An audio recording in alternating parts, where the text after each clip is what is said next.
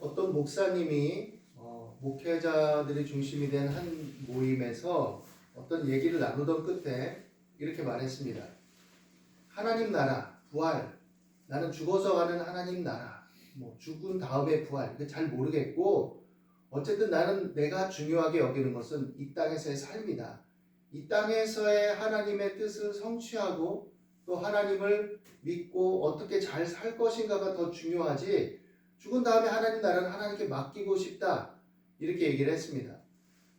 물론 그렇다고 해서 그 목사님이 하나님 나라를 부정하거나 물론 하나님 나라는 이미 이 땅에 실현된 것이고 다시 오실 그 나라의 어떤 이중성을 가지고 있지만 여하간 이분이 하나님 나라를 부정하고 부활을 부정하는 사람은 아니었죠. 그런데 좀 사고가 경직된 몇몇 목사님들은 그랬습니다. 아니 그러면 목사님은 행위 구원론자입니까? 믿음으로 부활과 또 하나님의 영광에 이르고 하나님 나라에 들어가는 것인데 그러면 이 땅에서의 삶만 얘기하는 사회 구원론자고 행위 구원론자입니까? 이런 식으로 얘기를 했습니다. 어떻게 보면 하나님 나라, 부활 굉장히 중요하죠. 기독교의 핵심적인 의미를 담고 있고 실제성을 담고 있는 것이죠.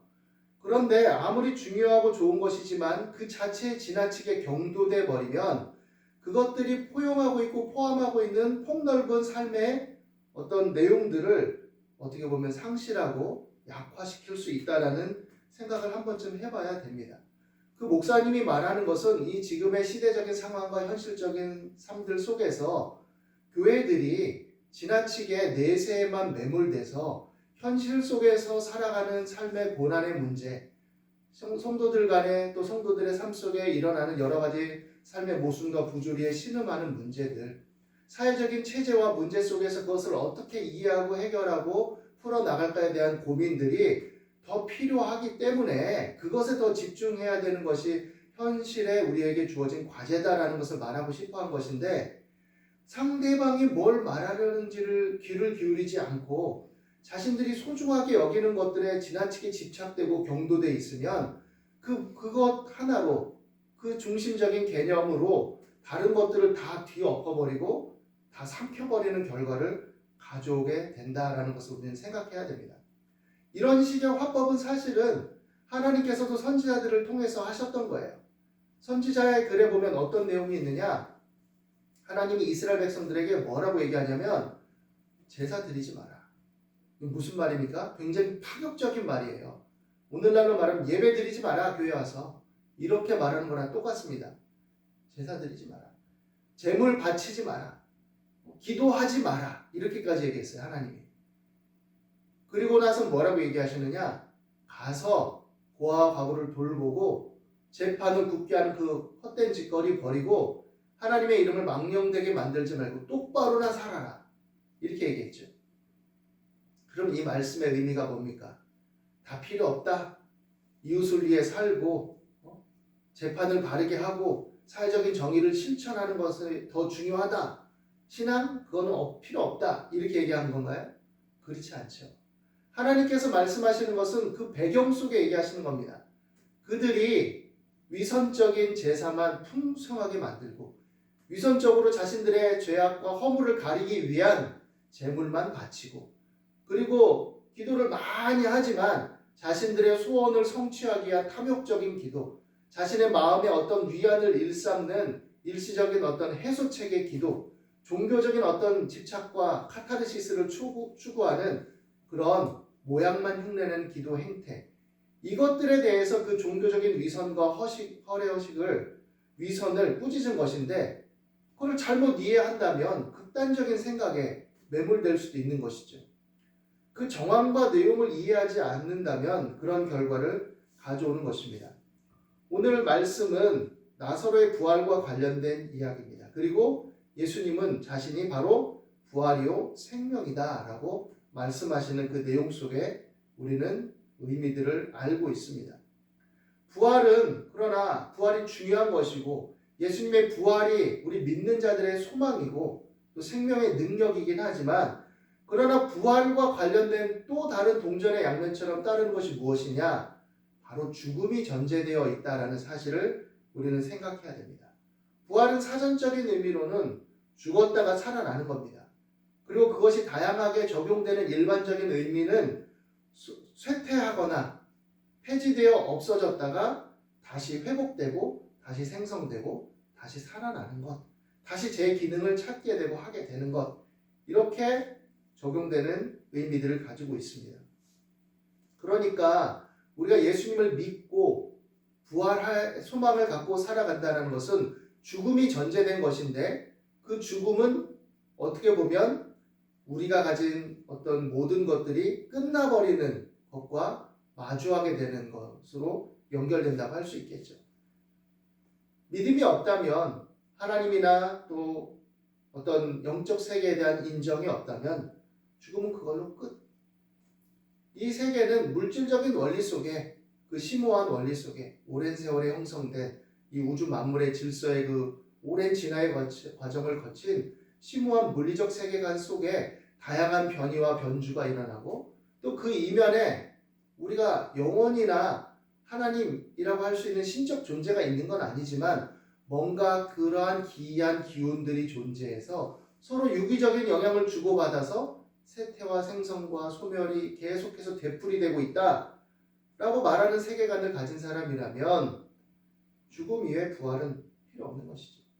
죽음은 그냥 그걸로 끝이라고 할 수 있고, 아니면 다시 뭔가 생성된다면 물리적 세계관 속에서 다른 어떤 물질적인 것으로 다시금 이 지구의 어떤 원리 속에, 우주의 원리 속에 생겨난다고 주장할 수 있겠죠. 부활은 죽음을 전제로 합니다. 죽음은 단지 생명이 끊어지는 것, 이것만 얘기하는 것이 아니라 이 죽음이라는 말은 다양한 고난과 고생과 고통과 부조리에 대한 탄식과 힘겨움과 병들음에 대한 어떤 고민과 이런 모든 것들이 다 들어 있습니다. 그것들이 총체적으로 이루어지고 그것들이 집약되어서 그것이 하나로 끝나는 것을 우리는 죽음이라고 말할 수 있겠죠. 그렇기 때문에 이 땅을 살아가는 동안에 우리는 부활의 소망을 갖고 믿음 안에서 살아가지만 여러 다양한 고난과 어려움과 문제들을 직면하고 살아가고 있다라고 생각해야 됩니다. 예수님께서 나사로에게, 부활한 나사로를 풀어놓아 다니게 하라라는 것은 상징적인 의미를 갖습니다. 단지 그냥 다시 살아났기 때문에 풀어놔라, 이런 단순한 의미보다는 이제 부활해서 새로운 생명을 찾았으니 그에 합당한 정체성을 가지고 살아가라, 유기적으로 생명력을 가지고 살아가라 라는 것이죠. 사람이 응애하고 태어난 것으로 끝나는 게 아닙니다. 자라고 성장하고 발전하고 기능을 풍성하게 해나가는 것을 생명력이라고 말할 수 있는 것이죠. 예수님을 믿고 구원받아 하나님의 자녀가 되었다라는 것은 죄사함 받고 영생을 얻었다, 끝났다, 이게 아니라 부활의 소망 속에 우리 안에 죽었다가 다시 회복된, 살아난 하나님의 자녀로서의 생명력을 이 땅을 살아가는 동안에 계속해서 구현할 존재로 새 생명을 얻었다라는 것이죠. 그래서 그러한 힘을 가지고 살아가야 된다라는 것을 말하는 것입니다. 제 기능을, 본래의 정체성을, 자기됨을 회복해라. 신앙적인 능동적 자기됨을 회복해서 그렇게 살아가라 라는 것을 의미하는 것입니다. 그런 사람의 삶은 어떤 삶이 되어야 됩니까? 능동성을 가지라는 것이죠. 그런데 이런 능동성을 자꾸 종교적 테두리 안에, 어떤 관습과 제도 안에 묶어두려는 경향을 갖는 사람들이 있습니다. 목회자들도 그런 양상을 가지고 있어요. 그래야 관리하기 편하고, 그래야 뭐 잘 못 알아듣는 성도들, 그래야 좀 이렇게 어느 정도 이렇게 관리할 수 있으니까, 이런 식으로 접근하는 사람도 있습니다.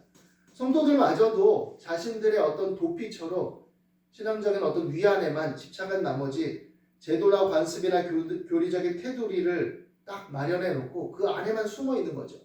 물론 제도, 교리, 관습, 전통 중요합니다. 그것들이 전체 어떤 그 틀을 형성해 줘서 우리에게 어떤 일종의 안전에 대한 어떤 인식들을 마련해 주고, 또 그것에 따라서 그 범주 안에서 생각할 수 있는 어떤 균형을, 또 기준을 마련해 줄 수는 있는 것이죠. 그런데 거기에 집착되고 매몰되면 모든 것을 그걸로 해석을 하기 시작합니다. 예수님 믿어야 구원받아, 예수님 믿어야 하나님의 자녀고 의로운 백성이 돼. 맞는 말이죠. 그런데 여기에 지나치게 경도되면 그것이 함유하고 있는 다양한 폭넓은 생각의 신축성들을 잃어버립니다. 세상과 교회를, 세상과 하나님 백성을 지나치게 이분법적으로 생각한 나머지 세상에서 일어나는 다양한 상식적이고 건강한 어떤 생명력 있는 하나님의 일반적인 은총 속에 전개되어지는 생명의 일들, 역사들을 폄훼하기도 합니다. 세상 사람들이 하는 거는 다 부정하기도 합니다. 교회와 세상을 지나치게 구분하기도 합니다. 구별해내는 것이죠. 그런데 하나님의 손길은 어느 곳에나 미칩니다. 이것은 이미 구약 성경에도 기록된 것이고 이미 얘기했던 것이고 예수님도 그것들을 깨닫지 못하는 이스라엘 백성들, 유대인들에게 엄청나게 얘기하셨던 것이죠.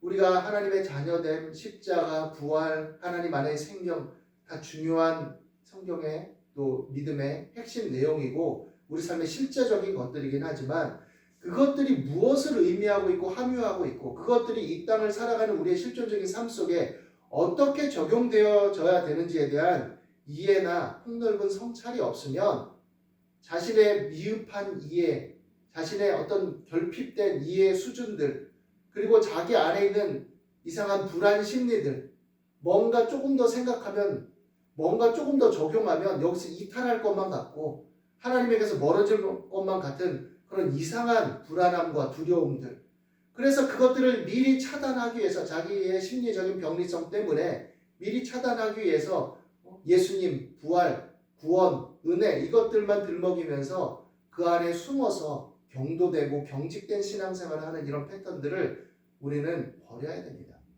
좀 더 자유로울 필요가 있어요. 풀어놓아 다니게 해야 됩니다. 그 자유로움이 하나님의 자녀됨을 상실하게 만드는 게 아닙니다. 그 자유로움을 구가하기 위해서 때때로 우리가 조금 실수하고 잘못한다고 해서 하나님이 단번에 너 어떻게 그럴 수가 있어? 내 은혜를 저버려서 하고 정죄하고 심판하고 죽이지 않습니다. 우리가 조금 더 자유로움을 가지고 그 사랑 안에서 믿음의 풍성함을 구가하고 살아가야 된다는 생각을 해야 되는 것입니다. 그렇기 때문에 우리가 하나님께서 주신 생명의 은혜를 귀하게 여긴다면 그 생명력을 자유롭게 구현해내는 것이 마땅한 것이죠. 예수 그리스도를 믿어 하나님의 자녀가 되고 예수 그리스도 안에 있는 부활의 생명의 소망을 따라 살아가고 그러한 은혜를 주시는 생명의 성령의 법이 우리 안에 거한다고 믿는다면 우리는 그 안에서 능동적이고 자유롭게 기쁘게 살아갈 수 있습니다. 항상 기뻐하라, 쉬지 말고 기도하라, 범사에 감사하라. 이는 그리스도 예수 안에서 너희를 향하신 하나님의 뜻이니라 라고 했습니다.